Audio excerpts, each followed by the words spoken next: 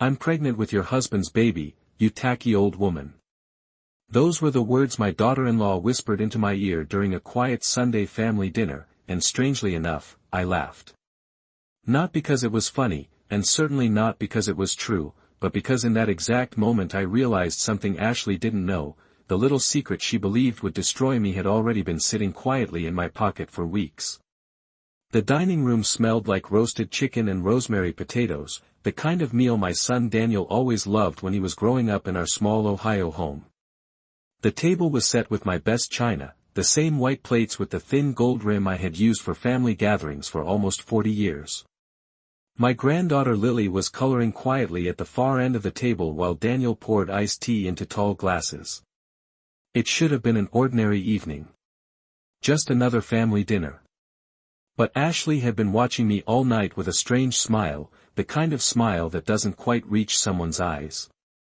When she finally stood up from her chair and walked behind me, I assumed she was heading toward the kitchen. Instead, she leaned down close enough that I could smell her perfume and whispered those words like they were a victory. I'm pregnant with your husband's baby, you tacky old woman. For a moment the room seemed to go quiet, even though no one else had heard her. My late husband Richard had been gone for nearly 3 months, and the way she said his name carried a confidence that might have shattered someone else. But I didn't react the way she expected. I didn't gasp. I didn't argue. I simply leaned back in my chair, looked up at her, and laughed out loud. Not loudly enough to cause a scene, but enough to make Daniel glance over with confusion. Ashley's smile flickered, just for a second. Don't worry, dear, I told her calmly, as if she had just mentioned the weather. Everything will sort itself out. She straightened up quickly and returned to her seat, clearly expecting a fight she didn't get. For the rest of dinner she barely spoke, but I could feel her eyes on me, searching for cracks in my calm expression. She thought she had delivered the most devastating news imaginable. She believed she had just planted a bomb in the middle of my life. What Ashley didn't understand was that when you've lived 68 years, buried a husband, raised a son, and watched people reveal their true colors one slow piece at a time, you learn something very important about secrets. The loud ones rarely matter. It's the quiet ones that change everything. And the quiet truth about Richard, the one sealed inside a simple envelope in my dresser drawer upstairs, was the reason I could finish my dinner that night without the slightest tremble in my hands. Ashley believed she had just won a game I didn't even know we were playing. But the truth was, that game had started weeks earlier. And she had already made the one mistake she could never take back. After dinner that night I washed the dishes slowly, the way I always did, even though Daniel had offered to help. The warm water ran over the plates with the thin gold rim and the quiet rhythm of the kitchen felt almost peaceful. From the living room I could hear the television murmuring while Lily laughed softly at something on the screen. Ashley's voice floated in and out of the conversation, light and confident, as if she had already won some invisible contest. I dried the last glass carefully and placed it back in the cabinet before turning off the kitchen light. When you reach my age, you learn that silence can be more powerful than anger. Ashley had expected shock. Maybe tears. Perhaps even a confrontation in front of the whole family. Instead she had received a smile and a calm voice telling her not to worry. That confused her more than anything else could have. I walked upstairs to my bedroom, the same room Richard and I had shared for more than 30 years. The house felt different now. Larger somehow. Quiet in a way that reminded me he was not there anymore. His side of the closet was still mostly untouched. A row of jackets hung neatly where he had left them, and the faint smell of his aftershave still lingered in the air when the door opened. I sat down at my dresser and opened the top drawer slowly. Beneath a stack of folded sweaters rested a plain white envelope. No return address. No markings except my name written in Richard's careful handwriting. He had left it there a little more than 2 weeks before he passed away. At the time he had simply said, "Margaret, if anything strange happens after I am gone, open this." I had not asked questions. After 40 years of marriage you learn when someone is serious. The night after the funeral I finally opened it. Inside was a short letter and a few documents. Richard had written that there were things happening in the house he did not fully understand, things involving Ashley that made him uneasy. He had not accused anyone directly, but he had asked me to be careful and to trust my instincts. One document was a copy of a medical report from many years earlier, something he had never spoken about during our marriage. I remember sitting at the edge of the bed that night, reading the page twice to be certain I had not misunderstood it. That single sheet of paper explained more than Ashley could ever imagine. It was also the reason I could listen to her whisper at the dinner table without feeling the ground disappear beneath my feet. I slipped the envelope back into the drawer and closed it gently. Downstairs the television was still playing and Ashley's voice rose again in cheerful conversation. She sounded relaxed, almost proud of herself. Perhaps she believed she had planted the seed of some terrible secret that would grow quietly inside my mind. But the truth was far simpler. The game she thought she had just started had already begun weeks earlier, the moment I opened that envelope. And the more I thought about her confident smile at the dinner table, the more certain I became of one thing. Ashley was absolutely convinced she held all the cards. What she did not realize was that the most important one had never been in her hand at all. The next morning the house felt quieter than usual, the kind of quiet that only comes after something important has been said but not yet understood. Sunlight came through the kitchen window and stretched across the wooden floor where Richard used to stand every morning making coffee exactly the same way for more than 30 years. I prepared my own cup slowly and sat at the small round table near the window, listening to the faint sound of cars passing on the street. Outside. At 68 years old you learn to pay attention to the small details, the things people overlook when they are too busy thinking about their own plans. Ashley had always been confident, but over the last few weeks that confidence had turned into something sharper. She had begun visiting the house more often, sometimes with Daniel and sometimes alone, always smiling a little too brightly as if she were waiting for something to happen. At first I told myself it was simply grief changing the rhythm of our family. Losing Richard had shaken all of us in different ways. Daniel buried himself in work, Lily became quieter for a while, and Ashley began moving through the house as though she were measuring it piece by piece. I noticed it during the afternoons when she would walk slowly from room to room while Daniel played with Lily in the backyard. She would glance at the bookshelves, the hallway closet, the framed photographs on the wall. Once she even stood in the doorway of Richard's study longer than necessary, her eyes resting on the large oak desk where he kept his business files. When she saw me watching her she smiled politely and said she was only admiring the house. Perhaps someone younger might have ignored those moments, but time teaches you how to recognize the difference between curiosity and calculation. I remembered the letter in my dresser upstairs and the uneasy tone of Richard's handwriting when he had warned me to be careful. That morning after breakfast I walked down the hallway and paused outside his study. The door was slightly open. For a moment I stood there remembering the many evenings he had spent inside that room, balancing numbers, reviewing paperwork, and planning the future he believed our family would share. Richard had built his small manufacturing company from nothing more than a rented garage and an old pickup truck. Every contract, every account, every document had passed through that desk at some point. I stepped inside the room and sat in the leather chair behind the desk, the same chair he used for more than 20 years. The drawers were organized exactly the way he had always kept them, neat folders labeled in his careful handwriting. I did not open anything yet. Instead I simply looked around and listened to the quiet house. Down the hallway I could hear Ashley's voice again, speaking softly to Daniel about stopping by later that afternoon. Her tone sounded cheerful, confident, almost impatient. She believed the future was already moving in her direction. What she did not realize was that every confident move she made gave me another piece of the puzzle Richard had quietly left behind. And as I sat there in his chair, looking at the sunlight resting across the desk, I began to understand something important. Ashley was not just waiting for an opportunity. She was expecting one.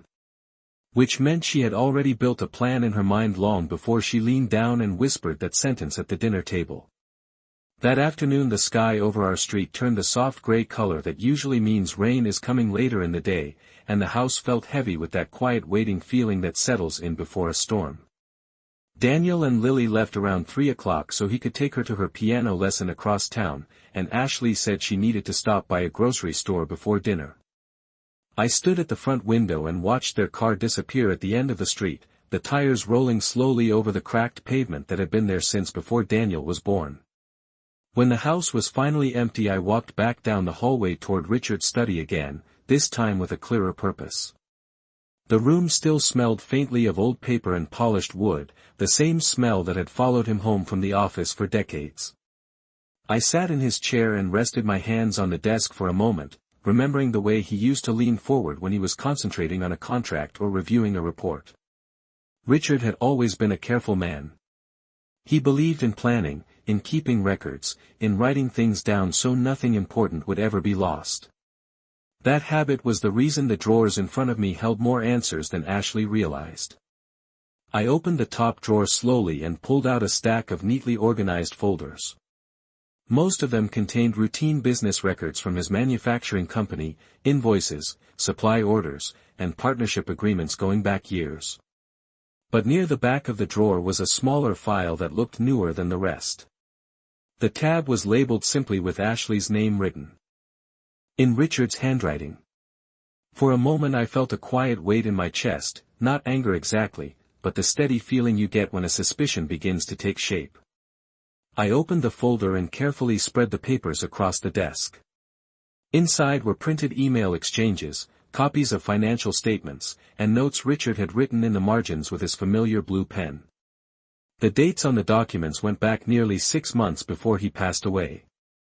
Some of the emails were simple questions Ashley had sent him about the company, asking how certain investments worked or how the ownership structure was arranged. At first glance they looked harmless, like curiosity from a family member who wanted to understand the business. But as I read further I noticed the pattern Richard had circled several times. Ashley had asked the same questions in different ways, always focusing on what would happen to the company if Richard retired or became unable to manage things himself. One printed message stood out more than the others. In it Ashley had written that Daniel often talked about taking a less stressful job and spending more time at home with Lily.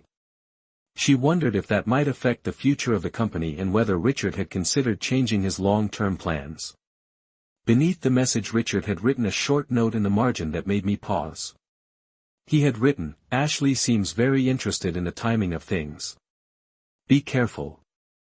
I sat back slowly in the chair and looked at the papers spread across the desk. Outside the first drops of rain began tapping gently against the windows. Ashley had walked through this house many times with that confident smile, believing no one was paying attention. But Richard had been paying attention. And now that I was seeing the pattern he left behind, it was becoming clearer why he had written that letter and sealed it in an envelope for me to find later. Ashley did not simply expect an opportunity. She had been studying the future of this family like a map, searching for the exact moment when she believed everything would turn in her favor. That evening the rain continued falling in a steady rhythm against the windows, the kind of slow spring rain that makes the entire neighborhood smell like wet earth and fresh grass. I left Richard's study exactly the way I had found it, the folder with Ashley's name placed carefully back in the drawer. There was no reason to rush.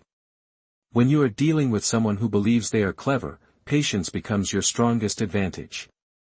Around 6:30 Daniel and Lily returned to the house, their footsteps echoing softly through the hallway as they came inside shaking raindrops from their jackets. Ashley arrived about 20 minutes later carrying 2 grocery bags and wearing the same confident expression she always seemed to have lately. She greeted me warmly, asking how my afternoon had been, her voice light and friendly in a way that might have fooled anyone who had not seen the documents hidden in Richard's desk. I watched her for a moment as she unpacked vegetables onto the kitchen counter and began preparing dinner. She moved comfortably around the room, humming quietly as if she already belonged there completely. The strange thing about deception is that people who believe their own plans are working often become careless in small ways. Over the next several days I began noticing things that once might have slipped past me. Ashley asked questions that seemed casual but were always connected to the same subject. She wanted to know when the company accountant would finalize the annual reports. She wondered whether Richard had ever discussed transferring ownership to Daniel in the future. One afternoon she even asked if I had looked through Richard's paperwork yet, saying it might be overwhelming for someone my age to sort through financial records alone. Each question arrived with a gentle smile and a sympathetic tone, but the pattern was impossible to ignore once you knew where to look. I answered politely every time, giving her nothing more than simple, ordinary replies. The truth was that I had already started my own quiet preparations. The morning after discovering the folder in Richard's desk I called the family attorney who had handled our legal matters for many years. His name was Thomas Green, a careful man with silver hair and the calm voice of someone who had spent decades helping families untangle complicated situations.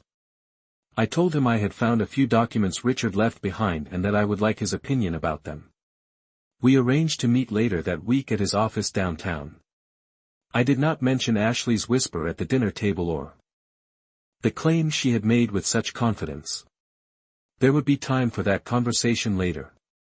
For now I simply wanted confirmation of what Richard had already begun to suspect. That night as I sat in the living room reading while Daniel helped Lily with her homework at the dining table, Ashley walked past me carrying her phone and stepped onto the back porch to take a call. The sliding door did not close completely, and her voice drifted faintly inside through the small opening. I could not hear every word, but one sentence reached me clearly through the quiet room. She said that things were moving exactly the way she expected and that soon everything would change. I turned the page of my book slowly, keeping my expression calm even though the meaning behind her words settled heavily in the air. Ashley believed she was watching the future unfold according to her plan. What she did not understand was that the moment she whispered that sentence at the dinner table, she had revealed far more about her intentions than she ever meant to. And once a person shows you their plan, the next step becomes surprisingly simple. You allow them to keep believing it will work. 2 days later the rain had cleared and the sky over downtown looked bright and sharp in the cool morning air as I parked my car outside Thomas Green's office building. The structure itself was an older red brick building that had stood on that corner for decades, long before the newer glass towers appeared across the street. Richard had trusted Thomas with every legal matter our family ever faced, from the early contracts that helped his small manufacturing business grow into a stable company to the simple documents that protected our home and savings. When I stepped inside the lobby, the quiet smell of polished wood and old paper reminded me that this place had handled many private conversations over the years. Thomas greeted me warmly when his assistant showed me into his office. His silver hair had grown thinner since the last time we met, but his steady expression had not changed. He offered me a seat and poured 2 cups of coffee before asking what documents I wanted him to review. I placed the envelope Richard had left for me on his desk first. Then I carefully slid the folder I found in Richard's study across the polished surface. Thomas read quietly for several minutes, his eyes moving slowly across the pages while the soft ticking of a wall clock filled the silence in the room. When he finally leaned back in his chair he removed his glasses and folded them carefully. He said Richard had always been a cautious man, and the notes he left suggested he had started noticing unusual questions months before he became ill. Thomas then opened one of the papers inside the envelope and pointed to the medical report I had read the night after Richard's funeral. The document confirmed something Richard had quietly taken care of many years earlier after a medical consultation. According to the report, Richard had undergone a permanent medical procedure more than 15 years ago that ensured he could not father children. The decision had been made after Daniel was grown and our family had already reached the life we wanted. Richard had once told the doctor that raising Daniel had been the greatest privilege of his life and that he felt grateful for the years we shared as a family. As Thomas explained the legal significance of the document, his tone remained calm and professional, but the meaning behind the words was impossible to miss. If anyone ever attempted to claim that Richard had fathered a child recently, the medical record would contradict that claim immediately. I sat quietly while the weight of that simple truth settled into place like the final piece of a puzzle. Ashley had spoken with absolute confidence at the dinner table, believing that her statement would leave me shocked and defenseless. But the reality recorded on that medical report told a completely different story. Thomas asked gently whether someone had already made such a claim. I told him only that certain conversations within the family had raised questions and that I wanted to understand exactly what the documents meant. He nodded slowly and explained that the records Richard preserved would be considered strong evidence if any dispute ever arose about inheritance or family rights. When I left the office later that morning, the air outside felt lighter than before. Cars moved along the street and people hurried past carrying briefcases and coffee cups, unaware of the quiet certainty that had just settled in my mind. Ashley believed she had created a situation that would give her control over the future of this family. What she did not realize was that the foundation of her story had already been disproven years before she ever spoke it aloud. And now that I knew the truth beyond any doubt, all that remained was deciding the right moment to let her discover it for herself. When I returned home from the attorney's office that afternoon, the house looked exactly the same as it had that morning, quiet and ordinary beneath the clear blue sky. Daniel's car was already parked in the driveway and I could hear Lily laughing somewhere in the backyard. For a moment I stood on the front porch and simply watched the sunlight fall across the lawn Richard had taken such pride in keeping neat every spring. Life has a strange way of appearing peaceful even when important things are shifting quietly beneath the surface. Inside the house, the smell of fresh coffee drifted from the kitchen where Daniel stood pouring himself another cup. He looked tired but relaxed, the way he often did after a long day at work. Ashley was standing at the counter scrolling through something on her phone, her expression calm and focused. When she noticed me, she smiled brightly and asked how my afternoon had gone. I answered just as calmly, telling her I had taken care of a few routine errands downtown. She nodded with polite interest before returning her attention to the screen in her hand.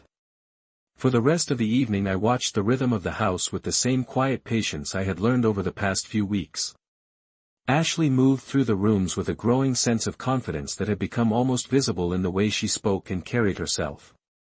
She had begun mentioning future plans more often during dinner conversations. Sometimes she talked about expanding the company one day or moving the family to a larger house closer to the city. Daniel usually listened politely but did not respond with the same enthusiasm. He had always been practical like his father, someone who believed in building things slowly rather than imagining sudden changes. One evening while Lily worked on a school project at the dining table, Ashley casually mentioned that children deserve strong financial security from the very beginning of their lives. She rested a hand lightly on her stomach when she said it, a small gesture that might have seemed natural to anyone who believed her story. Daniel looked slightly surprised by the comment but said nothing. I simply continued eating my dinner and listening. Ashley had clearly decided that the best way to make her story believable was to repeat it often enough that everyone would begin accepting it as fact. Over the next several days she continued speaking about the future with the same calm certainty. She talked about doctor appointments she planned to schedule soon and mentioned reading parenting articles online. Each time she spoke I noticed the same quiet expectation in her voice, as if she were waiting for someone to acknowledge that her position in the family had suddenly become stronger than before. What she did not understand was that the more confidently she repeated her claim, the easier it became for me to prepare the moment when the truth would finally step into the room. I had already spoken with Thomas Green about arranging a formal family meeting regarding Richard's estate. The explanation would be simple. With Richard gone, there were financial matters that needed to be reviewed so everyone understood how the company and property would be managed moving forward. Daniel agreed immediately when I suggested the idea, believing it was the responsible thing to do. Ashley agreed even faster. Her eyes brightened when she heard the word inheritance, though she tried to hide the excitement behind a polite nod. That reaction alone told me everything I needed to know about how certain she felt about the future she imagined. But patience is a powerful advantage when someone believes the ending of the story has already been decided. I did not rush the moment. Instead, I allowed the days to pass quietly while Ashley grew more comfortable with the role she had created for herself. Because when the truth finally appeared, the difference between confidence and reality would become impossible for anyone in that room to ignore. The day of the family meeting arrived quietly, almost too quietly for something that had been building for weeks beneath the surface of our lives. The sky outside was clear and bright, and sunlight streamed through the dining room windows as I arranged a few simple folders on the large wooden table Richard had built with his own hands many years ago. Daniel arrived home from work early that afternoon so we could all sit down together before dinner.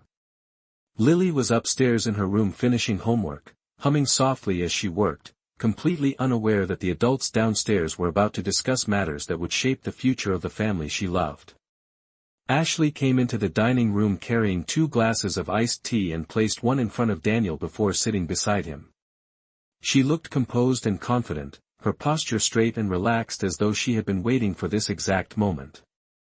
When I thanked everyone for making time to meet, Daniel nodded patiently while Ashley folded her hands neatly on the table. I explained that after Richard's passing there were several financial and legal matters that needed to be reviewed so the family understood how everything would move forward. Daniel listened carefully, his attention focused on the papers in front of me, but Ashley's eyes carried a different kind of interest. There was a brightness there that had grown stronger over the past few weeks, a quiet anticipation that was becoming difficult for her to hide. When I mentioned that Thomas Green had helped organize Richard's estate documents and clarify several important details, Ashley leaned forward slightly in her chair. She asked in a gentle voice whether the discussion would include plans for the future ownership of the company and the house. Her tone sounded casual, but the question arrived a little too quickly, as if she had been waiting for the opportunity to guide the conversation in that direction. I nodded calmly and told her that everything important would be explained step by step. For a moment the room grew very still. The only sound came from the clock on the wall slowly marking each passing second. Daniel rested his arms on the table and looked between the two of us with quiet curiosity, unaware of the deeper tension that had been forming in this house for weeks. Ashley placed one hand lightly on her stomach again, repeating the same gesture she had used so often recently whenever the conversation turned toward the future. Her expression carried a calm certainty that suggested she believed the discussion would soon confirm everything she had already imagined. I could almost see the story she had built in her mind unfolding exactly the way she expected. She believed that when the subject of inheritance was finally spoken aloud, the room would recognize the position she had claimed for herself within this family. But the difference between belief and reality often appears in the smallest details. As I opened the first folder in front of me and prepared to speak, I noticed the faintest shift in Ashley's smile, the kind of expression someone wears when they think victory is only a few moments away. Daniel glanced at me and asked gently where we should begin. I looked at both of them calmly before answering.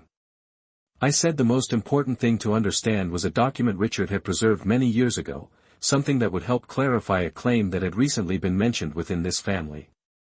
For the first time since the meeting began, Ashley's confident expression paused for just a fraction of a second, as if some quiet instinct had suddenly whispered that the story she believed so strongly might not unfold exactly the way she expected.